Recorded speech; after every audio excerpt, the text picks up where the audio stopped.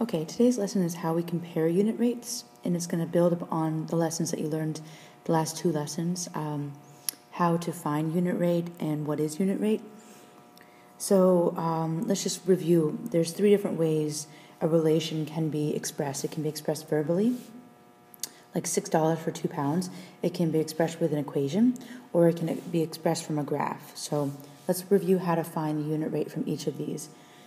Okay, when you're finding a unit rate from, remember, a unit rate is the price per one unit, right? And a rate is a ratio where the unit in the numerator and the denominator are two different types of units. Like this one would be dollars and pounds. Okay, one measures cost and one measures weight. So $6 for 2 pounds. So what I'm wondering is, what is the price for 1 pound? So you can create a proportion here, or you can see, well, if you divide 2 pounds by 2, you get 1 pound. So you must be able to divide the dollars by 2 in order to get an equivalent ratio. So if it's $6 for 2 pounds and it's $3 for 1 pound, and this is your unit rate here. Okay, likewise, when you have an equation, remember, this is an equation of direct variation. So if I replace this C with a Y and I replace the W with an X, you can see that this is a line that would be graphed. It would pass through the origin. Okay, and the slope is 3. And remember, that slope is called the constant of variation. And actually, that slope is the unit rate. Okay, so that number, that coefficient there, which we call the slope, which is the slope of the line, is the unit rate. Because if I put one in for X, I'd have 3 back for Y. So the 0.13 is on the equation. Okay, and that is the, remember, if you had graphed it, this would be your pounds, 1 pound, and that would be $3. Okay, so it's equivalent to what you got in the verbal expression. Now, if you were looking at the same information, but it was just graphed, you can always look at the intersection. So you can find the 1 on the x-axis, and if it goes nicely with a number on the y-axis, you can see this point right here is 1 pound and $3. Okay, so this would represent the unit price because it's the 1 in the, there's a 1 unit in the, as an x coordinate. So whatever the y coordinate is the unit rate. Okay, so when you find the 1 on the x-axis, it doesn't correspond with an integer value on the y-axis, then you can go ahead and try, like let's say that you had, you pick the 3 here. So this point is 3, 9. Well, you can set up a proportion. 9 is to 3 as x is to 1. Okay, and solve for this, and you'd end up getting x is equal to 3. So your unit rate would still be the same here. Let's try a couple of examples. So let's say that you have store A, and you're told that it sells a product for $2.50 a pound. You have store B, and its price is represented with this graph. Okay, and you're trying to figure out who has the better price of the same item. So store A is pretty easy to do. There's 2 ways to compare. Either you basically have to change from one form to the other. Either you change this into graphing, or you change the graph into a verbal expression. Okay, so either way you do it, you need to, in order to compare unit rates, you have to change one form into the other form. Okay, right now I'm going to choose to look at the graph and change store B's form into store A's form. So I'm going to try to get, store A is given as $2.50 per pound. If you were to write this as an equation, it would be, the cost would equal $2.50 times the number of pounds that you have. Okay, and pounds, the cost depends on the pound, so the cost is on the x-axis. I'm sorry, the cost is on the y-axis because it's dependent. This is the y-axis. And the weight is on the x-axis, okay, because the cost depends on the weight. So, and I look at I'm trying to find the unit rate from the graph, but when I look at my 1 pound here, and I follow that up and I try to find the y value on the y-axis, it doesn't hit an integer value. So instead of me trying to estimate what this cost is, let me try to find so here's a point where both the y and the x values are integer values. So this is 3 pounds, and it's saying that it cost $5. Okay, so let's set up this. Let's set up a proportion here. $5 is to 3 pounds, and I'm wondering how many dollars it is to. And I just, I use the x here, but really, let's put d here for dollars. How many dollars it is for 1 pound? Okay. So here I can just multiply the numerals. 5 times 1 is 5. 3 times d is 3d. Okay, and divide it by 3. D is equal to 5 over 3. Now, since d is dollars, doesn't make sense for me to keep it as a fraction. Okay, so I don't go to the store and buy, I don't pay 5/3 of a dollar. I pay $1 in cents. So let's convert this to dollar in cents. 5/3 is 1 2/3, and 1 2/3 is 1.6 repeating. Now dollars get rounded to the nearest cent, right? So dollars and cents, you round to the nearest hundredth. So 1.67 rounded to the nearest hundredth. So 1.666, like this, rounded to the nearest hundredth would be 1.67. So my dollars would be $1.67. Okay, so let's review what we just did. Or let's look at what our results are, rather. The cost for store B is $1.67 per 1 pound. And if we look at the graph, it looks certainly like that would have been what we had estimated. If I went over 1 pound here, it looks like this point right here would have gone up. It's between 2 and 3, and it's about 3/4 of the way up on 2. So it looks like store B is sells the item for a better cost, because the lower the cost, the more you can get for a certain price.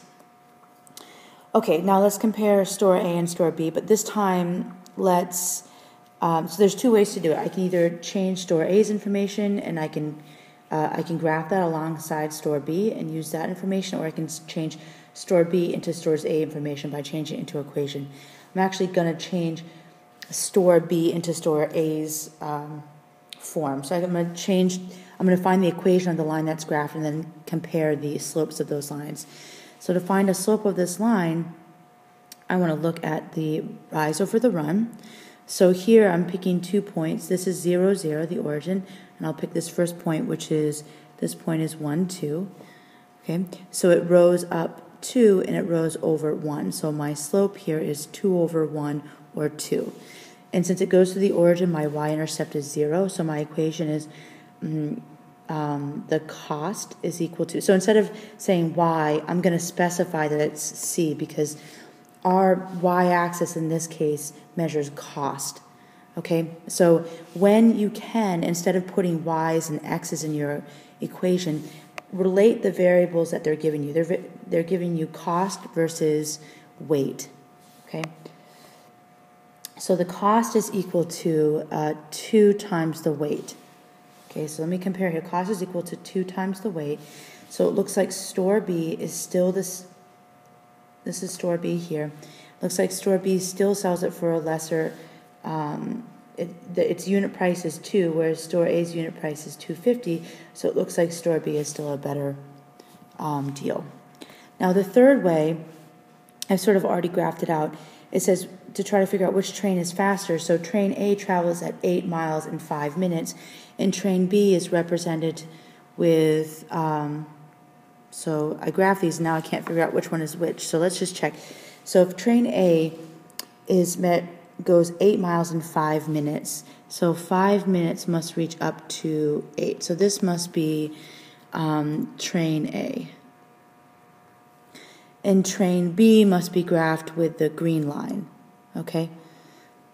So let's see, train A versus train B. So train B travels at a rate, let's try to find one of these. Okay, there's a good one for train B.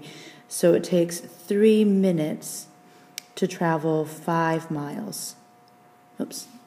3 minutes to travel 5 miles for train B. So 5 miles in 3 minutes.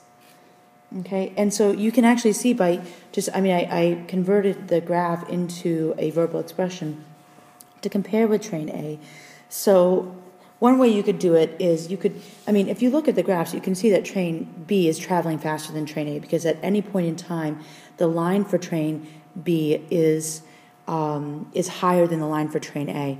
And if you convert this to, so it's hard for us to see in the verbal expressions which one's faster, because train A is traveling 8 miles in 5 minutes. It's not the same unit of time. So in order to get the same unit of time, you could figure out how far they travel, and you can find the least common multiple between 5 and 3, which is 15. So you could figure out how far they travel in 15 minutes. So if it travels 8 miles in 5 minutes, you could ask yourself how far it travels in 15 minutes.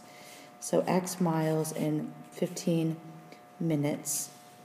Okay, so 8 times 15, I think that's 90. Let's just check here. Nope, it's 120. Okay, 8 times 15 is 120. So you have 120 is equal to 5x. Now, let's see, there's 25s in 100, and there are 4 5s in 20. So x must be equal to 24 when I divide it. So train A, traveling at the same rate, would travel 24 miles in 15 minutes. Whereas train B, let's see if I can do the same thing here. If it's traveling, I could actually just do it much quicker here. If it's traveling 5 miles in 3 minutes, and I want to figure out how many miles it travels in 15 minutes, all I can do, since I multiplied this by 5 in order to get that, I can multiply this by 5 in order to get what this value is. So it would travel 25 miles in 15 minutes, right? Because 15 minutes is 5 increments of 3 minutes, and 25 is 5 increments of 5. So train A, you can see by comparing this, so I'll put train A's down here.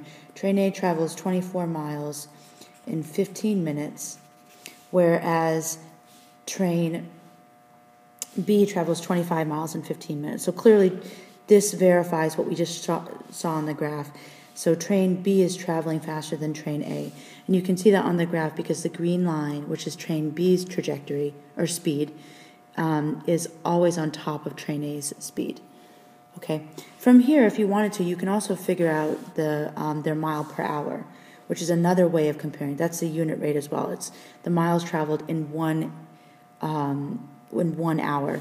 So if it traveled 25 miles in 15 minutes, then train B, if I multiply everything by both sides of this equation by 4, it would travel 100 miles in 60 minutes.